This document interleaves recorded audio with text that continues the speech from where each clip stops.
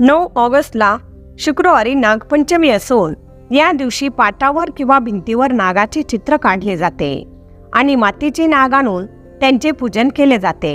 नागाला दूध आणि लाह्यांचं नैवेद्य दाखवला जातं। दुर्वा, दही, गंध, अक्षता, फुले अर्पण करून त्यांचे पूजन करावे। पूजेच्या वेळी नमोस्तु सर्पेभ्यो ये के च पृथ्वी मनु ये अंतरिक्षे ये दिवी तेभ्य सर्पेभ्यो नमः या मंत्राचा उच्चार करावा। नागपूजेच्या दिवशी नागदेवतेची पूजा केल्यास काल सर्पदोष आणि सर्पदोषाचा प्रभाव दूर होतो। नागपंचमीला नागदेवतेची पूजा केल्यास कुटुंबात सर्पभय राहत नाही असे भविष्य पुराणात सांगितलेले आहे। सर्पभय मुक्तीसाठी नागपंचमीच्या दिवशी घराच्या मुख्य दाराच्या दरवाजावर गायीच्या शेणाने नागाची मूर्ती तयार करून त्यावर दुर्वा आणि शेंदूर लावावे। या दिवशी काहीही चिरू किंवा कापू नये, तळू नये, चुलीवर तवा ठेवून काहीही भाजू नये, कोणाची हिंसा करू नये, जमीन खणू नये, दिंड्या, पातोळ्या, मोदक असे उकडून केले जाणारे पदार्थ करावेत असे अनेक संकेत आहेत। चला तर जाणून घेऊयात नागपंचमीची कथा। ऐका नागोबा देवा तुमची कहाणी। एक नगर होते, तिथे एक ब्राह्मण होता। त्या ब्राह्मणाला 5-7 सुना होत्या। चातुर्मासात श्रावण मास आला, नागपंचमीचा दिवस आहे। कोणी आपल्या आजोळे, कोणी पंजोळे, कोणी माहेरी अशा सर्व सुना गेल्या आहेत। सर्वात धाकटी सून होती, तिच्या माहेरचं कोणीच नव्हतं।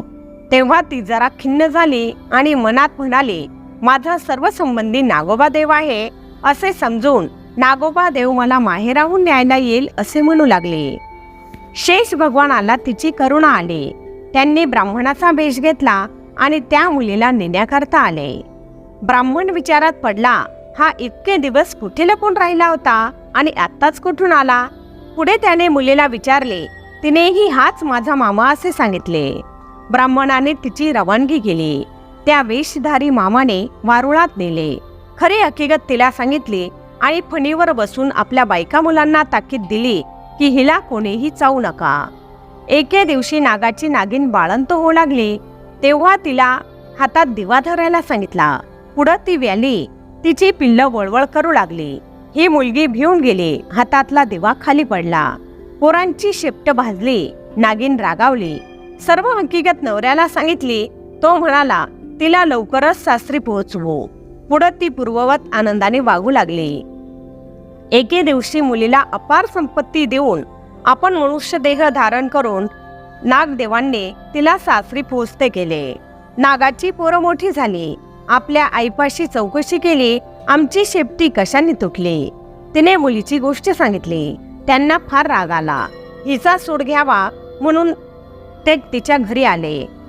पाटावर आणि भिंतीवर तिने नागाची चित्र काढलेली आहेत, त्यांची पूजा केलेली आहे। जवळ नागाने लाह्या, दूध वगैरे ठेवले आहे, उकडीचा नैवेद्य ठेवलेला आहे। हा सर्व प्रकार नागांची पिलं पाहत होती।